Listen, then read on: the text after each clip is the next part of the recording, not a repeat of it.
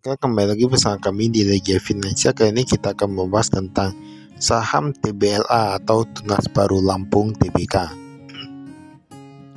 Apa yang bisa kami temukan di laporan keuangannya? Ini yang kuartal ketiga tahun 2023. Di sini ada disebutkan untuk Presiden Direktur yaitu Widarto, kemudian Wakil Presiden Direktur yaitu Sudarmo Tasmin.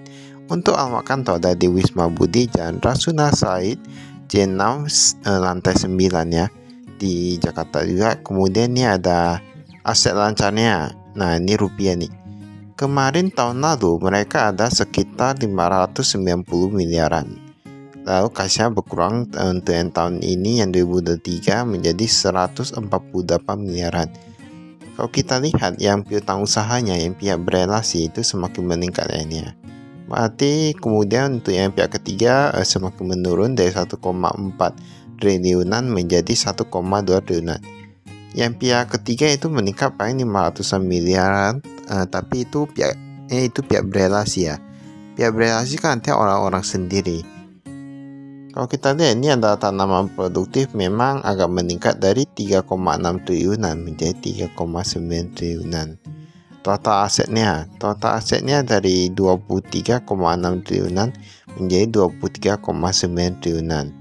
Lalu kita lihat di sini ada hutangnya pun meningkat nih.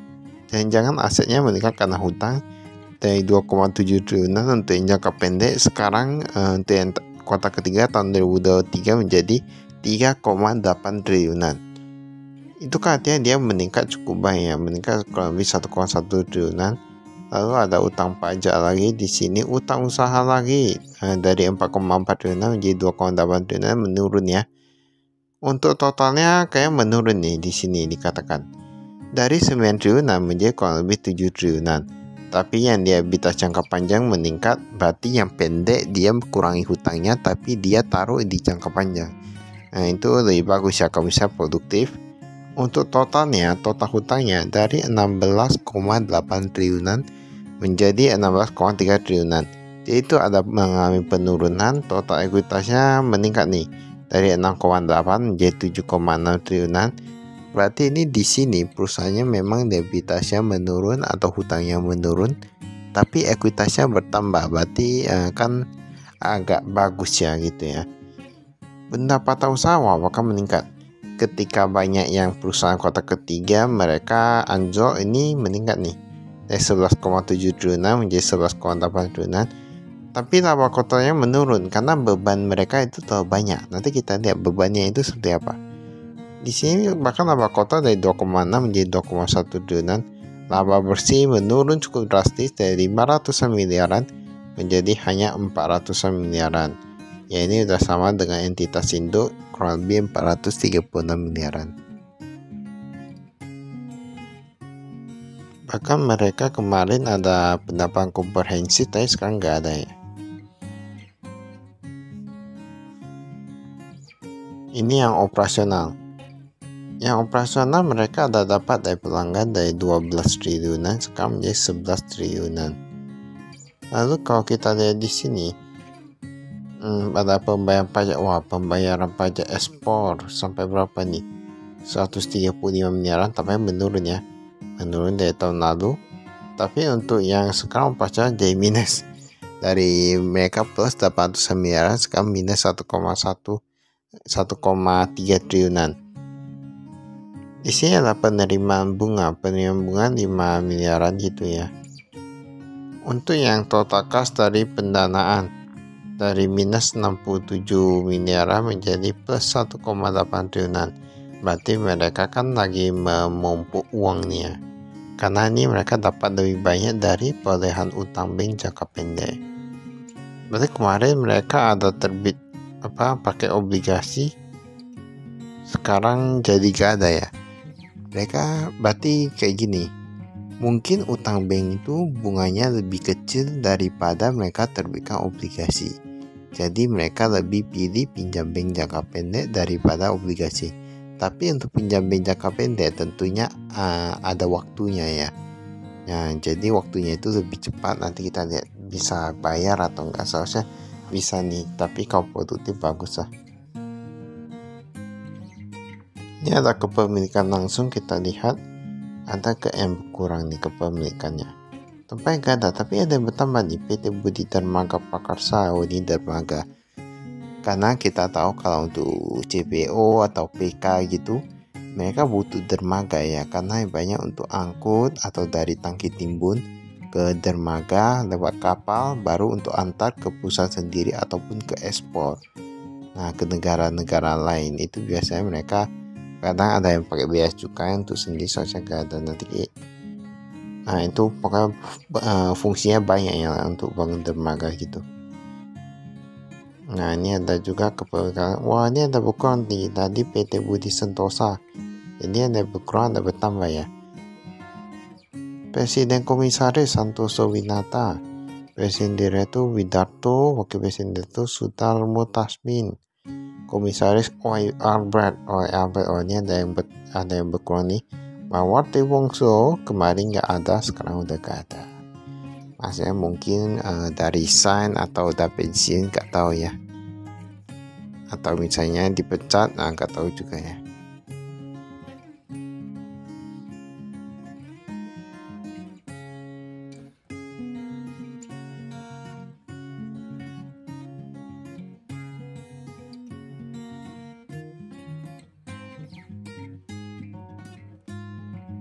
Jadi kita skip.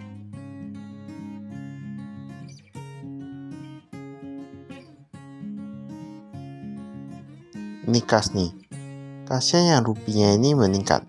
Berarti kas di tangan mereka meningkat, tapi kas di bank itu kayaknya berkurang ya. Kas yang di bank, kas yang di tangan rupiah dari 19 miliaran sekarang menjadi 31 miliaran. Dan dolar mereka juga meningkat nih, dari 700-an juta menjadi 2 miliaran. Nah, yang di bank yang menurun drastis nih. Kemarin mereka data di Bank Mandiri 68 miliaran, sekarang menjadi 34 miliaran. Bank Sentral Asia bertambah banyak dan beberapa berkurang cukup banyak seperti Bank Danamon, Nasional Nobu, BTN, dan lain-lain. Jadi totalnya dari 187 miliaran sekarang menjadi hanya 69 miliaran. Bahkan nggak sampai setengahnya nih mereka pengurangan kas besar-besaran yang di banknya. Ini yang pihak ketiga, yang di pihak ketiga.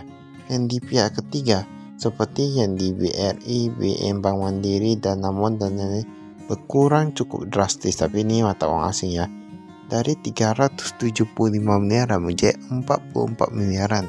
Bahkan seperempatnya yang tercapai atau enggak itu. Wah, ini kayaknya pengurangan besar-besaran kasnya, entah karena kepake atau gimana. Mereka kan ada pinjam utang bank jangka pendek lagi ya.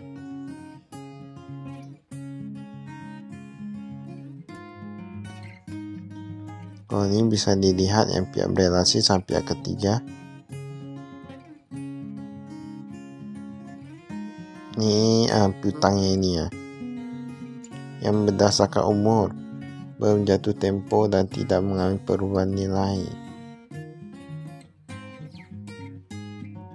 Berarti sebenarnya perusahaan ini memang untuk yang pihak berelasi ini lebih banyak. Sebenarnya yang kurang kami suka dari pihak berelasi itu seperti gimana?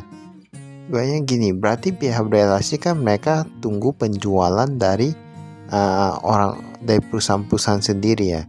Berarti kan perusahaan sendiri yang mereka ambil, mereka dapat juga. Kalau perusahaan itu penjualnya berkurang, berarti otomatis berdampak ke perusahaan ini. Tapi kalau pihak ketiga kan nggak akan, itu sendiri-sendiri. Persediaan barang, persediaan gula meningkat nih 1,4 triliunan menjadi 1,5 triliunan. Minyak sawit meningkat 200 miliaran menjadi 500 miliaran. Biodiesel meningkat, wah ini rata-rata meningkat nih. Minyak goreng sawit meningkat, minyak intisalnya agak berkurang. Stearin pun meningkat, EBITDA meningkat, stearin meningkat. Nah, ini tahu gak nih istilah-istilahnya? Nah, stearin itu lebih kepada untuk sabun, kosmetik gitu-gitu ya. EBITDA masih bisa untuk turunan seperti EBITDA-POL, EBITDA-PKO, dan lain-lain gitu lah. Aset biologis. Nah, ini aset biologis bertambah sedikit, tapi perlu kita ketahui. Kadang gini ya, aset biologis itu, kalau untuk yang tanaman sawit, setahu kami itu ada beberapa lahan yang mungkin bisa saja mereka kurang bisa menjaga, jadi itu bisa membuat asetnya itu berkurang. Mereka misalnya ada juga mereka tahu aset tapi tidak bisa berbuah, jadi perlu dilihat juga ya apakah tanamannya produktif atau enggak.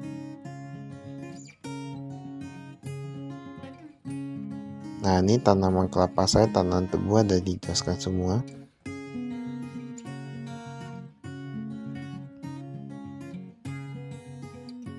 Ini luasan Wah, ini mereka lebih banyak di Sumatera. Sumatera meningkat, Kalimantan berkurang. Kalimantan berkurang cukup banyak ya. Dari 1,445 menjadi 900-an.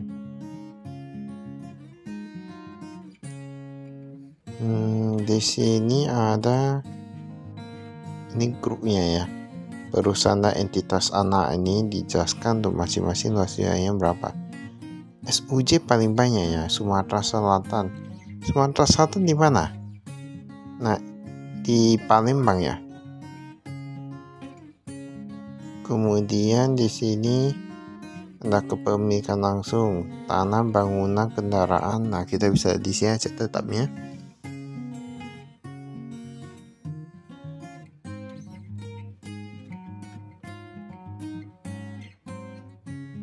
Kalau ini beban pokok penjualnya.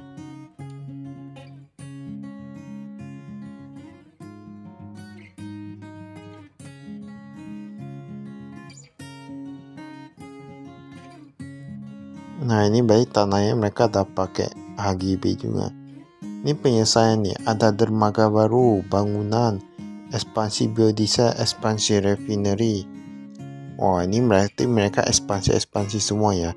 Berarti perusahaan ini cukup bagus kan, mereka bisa ekspansi. Ini tanah dermaga baru udah capai 85%. Ekspansi biodiesel 90% dan ekspansi apa itu teh 90% lagi. Biodiesel setahu kami itu kan lebih kepada Pertamina. Berarti seharusnya mereka ada jual ke Pertamina juga ya. Tapi lihat aja nanti ya. Lalu kalau kita lihat yang ini kita skip.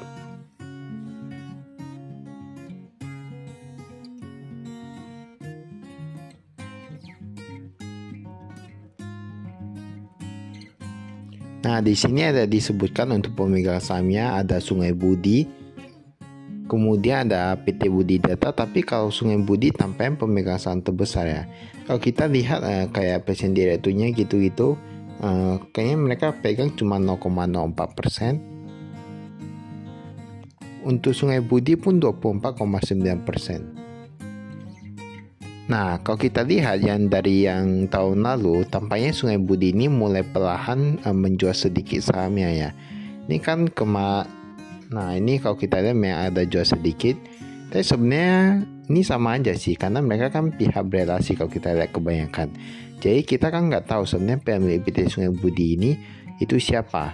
Mungkin saja presiden direkturnya atau komisarisnya, dan itu pun banyak kayak gini ya. Setahu kami ini di bawah Budi Group, jadi seperti Budi Start and Sweetener dan ini jadi hampir sama, mereka di bawah grup yang sama kalau tidak salah.